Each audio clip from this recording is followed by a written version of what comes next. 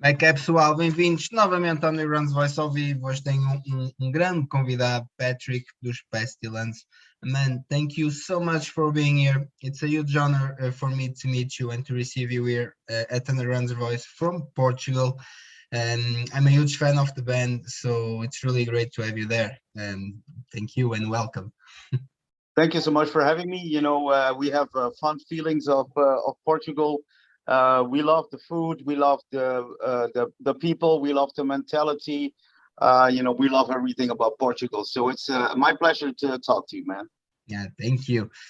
Well, the new album will be released at June 25, and it's about global domination, mental illness, demons, and all these kind of things. So it's like a concept album. Can you explain more about that? Yes, it's a concept album, pretty much like every album that Pestilence does is a concept album. We always have certain topics that we want to address per album. And you just mentioned the all above. It's exactly what we're talking about. Pestilence is known to be a band that is has a little bit more the use of psychology instead of more of the horror themes like zombies and stuff like that. I'm 53. I don't want to be talking about zombies. I want to talk about reality and stuff that I see around me. And this is it's a very good moment that Exitium is unleashed upon us, because it's kind of a reflection of what is happening nowadays.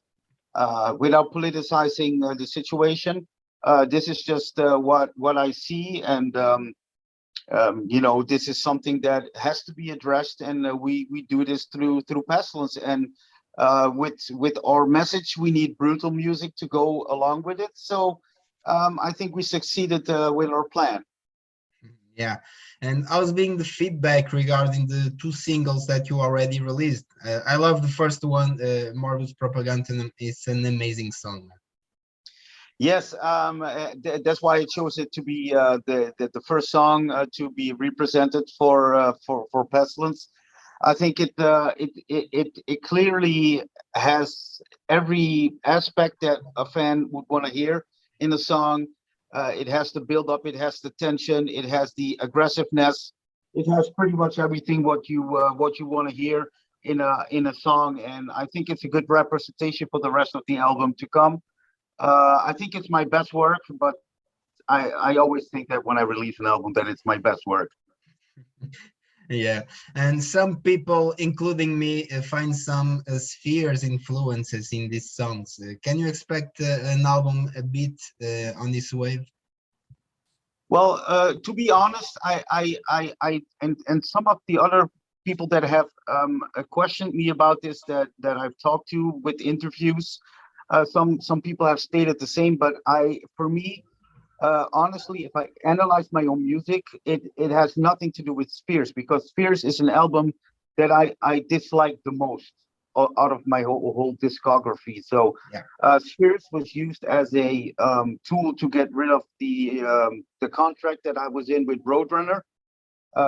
So it was not such a great album for me. So I really don't look back at my music that I've done in the past and try to copy it or something like this. So I don't know where the reference comes from. It might be more a feeling type of thing, but clearly, if you put Spheres and Exitium next to each other, I hear pretty much no references at all. Not even in the songwriting, nor do I hear it in the production, which this blows pretty much every Pestilence album production away. I think this is the best dynamic album that I've produced. Yeah, and now being to deal with another deep change in the band's lineup once again. Yes, sure. But people have to realize is that, and I don't think that they're aware of this fact. And then that's when the crazy stories come about that I'm a dictator or a Hitler or whatever you want to call it. But you have to understand that the people that I work with, most of the time they have their own projects going. Tony Choi has Atheist. Peter Wildoer has Darkane. Um, Dave had Psychroptic.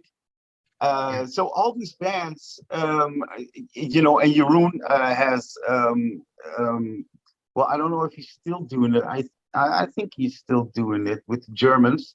But like I said, it's these guys. They all have um, took some time off to, you know, to join Pestilence and to record an album with me. But I knowingly for me that they were never going to be, you know, a steady members in the band. So yeah, and plus the time, plus the you know, Tony lives in the States. It's pretty much difficult to keep on flying people over. It costs a lot of money, especially now with the pandemic. It's almost impossible. So I'm very happy that I have this new lineup ready, all Dutch, and you can hear it. You can hear that the energy is very uh, there. It's positive and it's ultra brutal. And when I was recording the album, everybody was on the same page. We have yeah, the old Dutch mentality. There's no language barrier. You know, we can communicate. We can meet each other. So it's a little bit easier to communicate in person than just a long distance, like what we're doing now, for example. yeah, yeah. It's true. And Agonia Records will release this new album, which represents another change for the band. So, which are the reasons for so many label changes in your career? It's exactly the same. After I changed labels with Roadrunner, which I had a very sour business relationship with, Yeah, I I told myself never to be in this situation again. So when I signed to a label, I want to do maximum of 2 albums for that label. And if the label is agrees to this, this is what happens. So for me, you know, the only reason that I did not do another Candlelight is because they went bankrupt. Otherwise, I probably would have done another album with them. But in the end, it all has to do with me wanting to have the freedom to be creative in the way that I want to be creative.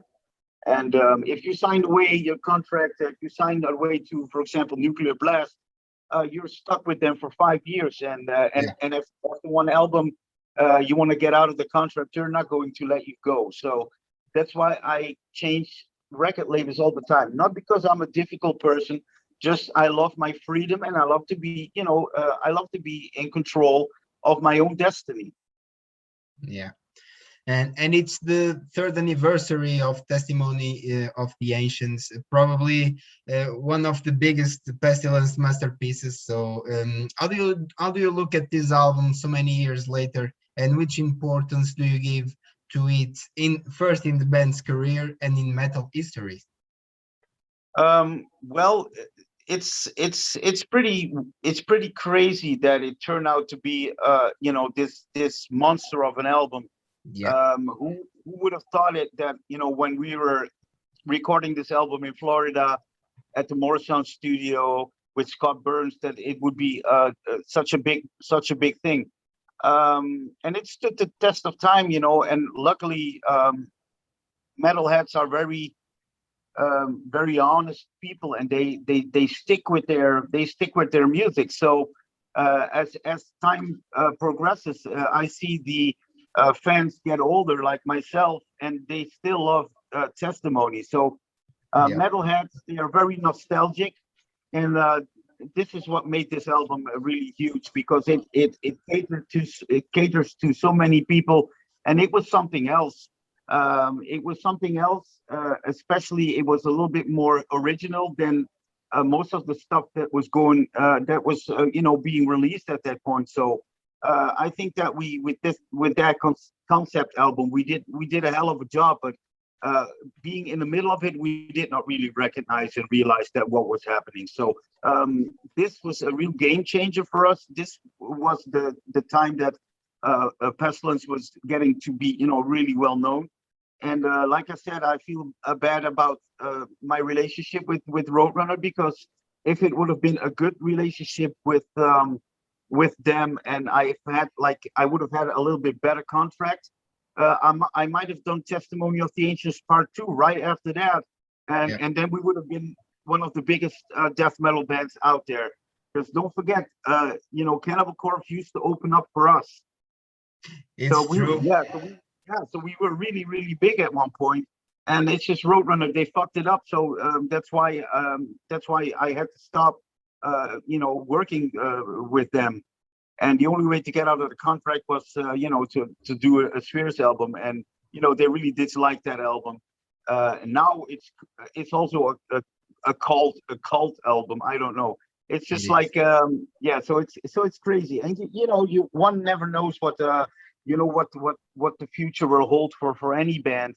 Everybody's got their favorites, but most of the guys that I know, a Testimony is in the top 10. It's an amazing album. I really love. Well, was it supposed to have to have been a special celebration of the anniversary if there was no pandemic?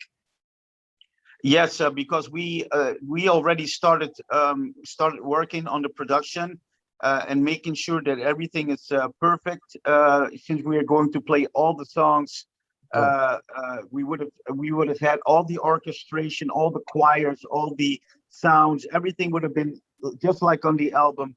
We would have had an amazing stage where you would see the church from the album. Let's see the inside with wow. yeah. So it would have been really amazing. So when we heard that we had to postpone it, then and then this pandemic started, and it's still very insecure now what's going to happen with this tour. Countries are opening up. Some countries are yellow, some countries are orange, Yep. and some countries are red. So we have to avoid the red countries. And to some other countries, Holland is red. So it's very difficult to try to organize a tour really at this point. And I see a lot of festivals that we have been engaged to go to have been postponed until further notice. So this is a very bad timing for Pestilence, but not just for Pestilence, for pretty much all bands, that are releasing albums now. Like for example, Cannibal Corpse, they Yeah. just released one of their best albums, and they can't tour, which I think is such a sad moment. Yeah. Anyway, you'll release the album number 9. You already gone through many changes in your sound, a lot of tours. The band and you in particular are really respected worldwide. So what's still left to do for a band like Pestilence? I will. The thing is that when I have no ideas anymore, then it's the end. Consider myself I don't consider myself done right now. I think I still have enough ideas for a couple of albums more. So, and if people are interested and still interested, I can top this album as well. Because as you might notice, is that every time I release an album, it's a step up. The No musicianship doubt. gets better. Yeah, the riffing, the songs get better, the vocals get better, everything gets better. So why not with the next release, stuff will get better. And I think it is my duty for all these fans, Pestilence fans that are getting older and older, that are detached from nowadays the death metal scene, which is yeah, it's different. The younger generation, they have different goals. They I don't think that they're very well in making songs. Yeah. Technically, they are really good. There's really good guitar players out there, great singers, great bass players. But when it comes to making a song really cool, they kind of lack that stuff that when I was growing up was very important. Is actually to make a good song. And now everybody lives in arpeggio land. Everybody lives in a place where you have to have 50 to 100 riffs in a song, and you don't even know what